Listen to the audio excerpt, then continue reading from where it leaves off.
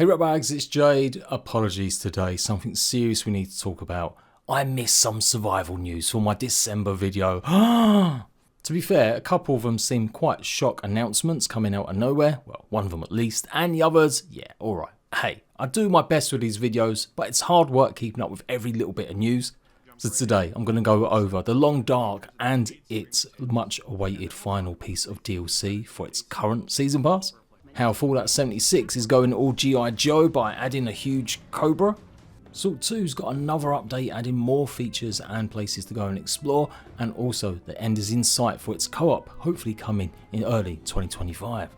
And Voyagers of Nera has got its demo go live for everyone to check out on Steam as of right now. I should be taking a look at this and it will be on my second channel as well, but with the RAFT update today, yes, RAFT on console, that has kind of been waylaid a bit. You should definitely check it out if you're on Steam and RAFT is old news, as this could be your next water-bound survival adventure game. And yes, huge news that RAFT is finally available on Xbox and PlayStation. So I'm going to give you the little breakdown and little info you need to know if you want to go and play it, especially if you're interested in crossplay with your PC pals. But wait, there's more. I did a 21 adventure survival games video recently and it's only got 3,000 views. Come on guys, don't you want to see what is going to be hype and big in 2025? From Subnautica 2 to Among the Wilds and so many more games. If you like survival where it's got a little bit more of an interesting art style, sometimes a bit cozy or just plain action adventure, so not hardcore experiences, then definitely check out the video and hopefully find something new to get hyped for 2025. Okay, plug over, let's go, it's the survival show. So yeah, but this is RAFT playing on an Xbox Series X. It's available on Series S and PlayStation 5. Doesn't look like it's going to be coming to older gen consoles. No news or info has been given. But given that Red Bee Interactive and Axolot publishers have really kind of been bad with communication, you can maybe never rule it out, but I would say at this stage it's like 99% sure it won't come to previous gen consoles. So that aside, and the way that they have handled news, they did release a little screenshot last year, pretty much at the same time, and it got announced just a few months before then. So literally like a year and a half and only a few screenshots to show for it. Does seem a bit weird that they just went and randomly launched it, of all days, yesterday or today. I guess we'll never find out the details of that. Does it matter now? It's here. You can now play with up to 4 other players, or 4 total. There is no split screen on Series X. It promises 60 FPS. And there is crossplay. So Xbox and PlayStation, you can play with each other right now. There's simply a share code in the pause menu once you've created an online lobby world. For PC players that want to join you on console, they will have to basically opt into the Steam beta branch that's running at the moment. They want to test a few features before making it absolutely part of the main base game on PC. The beta branch also finally has controller support. That's pretty much the #1 reason I've never persisted in this game, is simply put, it just felt way too maybe troublesome using keyboard and mouse for me. And I've played plenty of other survival games that I've managed to get by using it, but this one particularly just felt like it was a bit of a drag.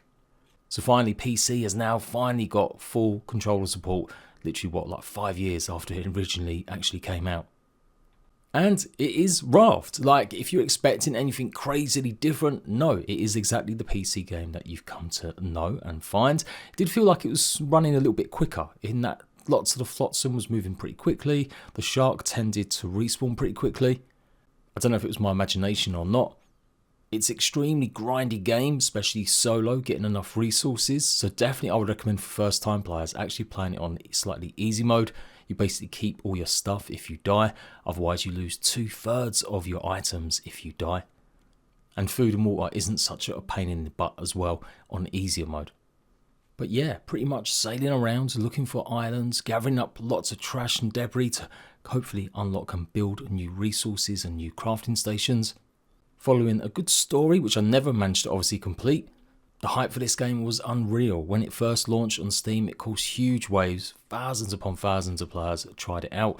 Every streamer pretty much was covering it. And its 1.0 release was even bigger in terms of the player numbers checking it out for the first time. So it's always been a bit of a surprise they never carried on developing it. It's okay to have a game and finish it and move on to something else. I totally actually get that. But in the world of so many games continuing to get updates like Green Hell, maybe even Grounded managed to get a couple in before they finally stopped. RAFT didn't even really take on board a lot of the feedback from 1.0 and add or change or adjust anything. They simply just did like maybe 1 or 2 little hotfixes, but that was pretty much it. As said, there's normally one big update that adds a bunch more quality of life stuff that people have been asking for, all that new feedback. But I guess so many years in early access meant they felt they had enough, and yeah, I wouldn't expect anything new for this game in the future.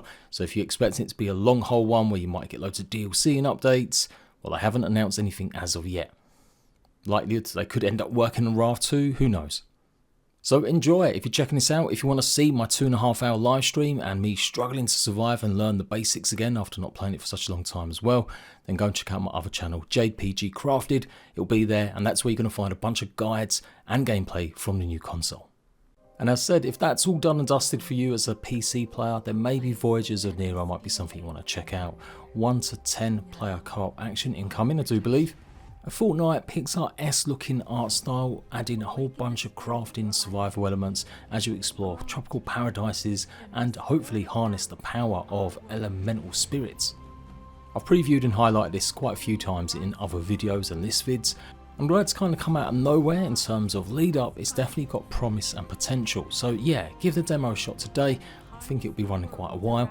Fingers crossed it does a job in generating enough feedback and interest, and hopefully we'll see a release of this early in 2025. It definitely's got a lot of stuff that people will usually like crafting and customization of your bases with lots of skills and elemental powers, and yeah, really fun ways to traverse and get across all these islands. So check it out today.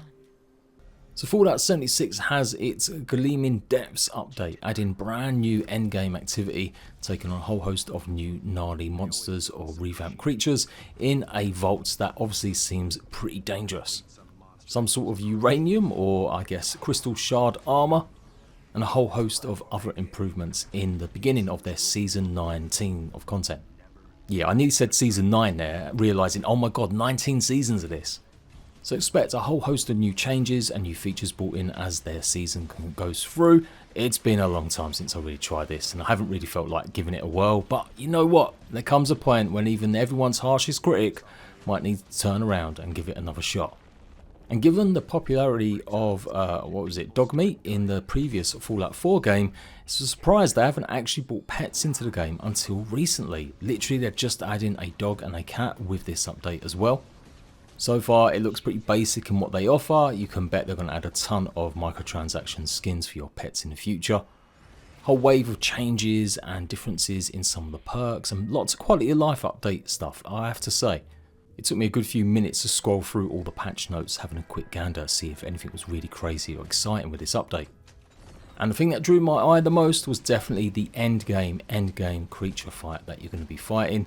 Some giant, basic, massive, I guess, snake, some sort of adder or cobra. Obviously having a bath in some radioactive goo, let's give it a little bit more of a boost in growth. It looks pretty gnarly, it does look pretty fun, and maybe I should bite the bullet in 2025 and revisit Fallout 76 to see if it really has improved.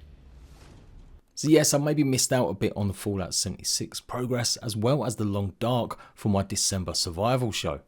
Hey, I'm human here. I included 14 other key pieces of info you need to know, but I did miss out on Broken Silence update being available for players that own the Tales DLC, and a free update for everyone, which finally adds customization to bases in the Long Dark. You need a whole lexicon to really try and decipher who gets what and what gets what in the latest DLC. Seems like brand new photo mode or some snapshots you can take with a Polaroid camera are available for players that bought the Tales DLC, the one that's been running now for nearly 2 years. Geared towards pretty much more replayability for survival fans rather than the story focused side of the game. It is kind of crazy that after all this time, the Long Dark is still not feature complete. It was meant to have a 5-episodic run filled with a full story and obviously gameplay as you progress, one trying to survive and work out the mysteries. Incredibly, the Long Dark came out of early access in 2017. Crikey, it's been that long. I do remember it as it was one of the first early access titles to hit the Xbox Game Preview program, and one of the first few games I started covering beyond just Ark. 7 years, and the last piece of the story content is still not going to be available now until next year. It's just had a delay announced in October. It's pretty bad. I've long championed and said that these developers are pretty humane, they do all the right things, don't necessarily work crunch, they're building the game, the passion project of their lives. But at some point, you've got to just take a look and wonder what the hell is going on here. How can you be 7 years before you finally get a finished, complete game after you've left early access? They obviously started to run out of money a few years ago, hence why they brought forward this Tales DLC, and they separated the actual game into two distinct products. I do believe one that's just more the story focused game, and honestly I'm not sure or can't remember if it does include some elements of survival sandbox, and then the survival element where you then also get the chance to have this Tales DLC added on top or with it that gives more areas to explore, more dangers, including a cougar. It's hard. Definitely running a game studio, no doubt about it, and keeping up with certain other topics and genres, making yourself relevant. But god damn, I wish The Long Dark had simply just rolled out some skins when they first came out in the first place, and maybe they would have finished this off. Some people may liken it to waiting for your favourite TV show to get all of its seasons, 10 years of Game of Thrones or something like that.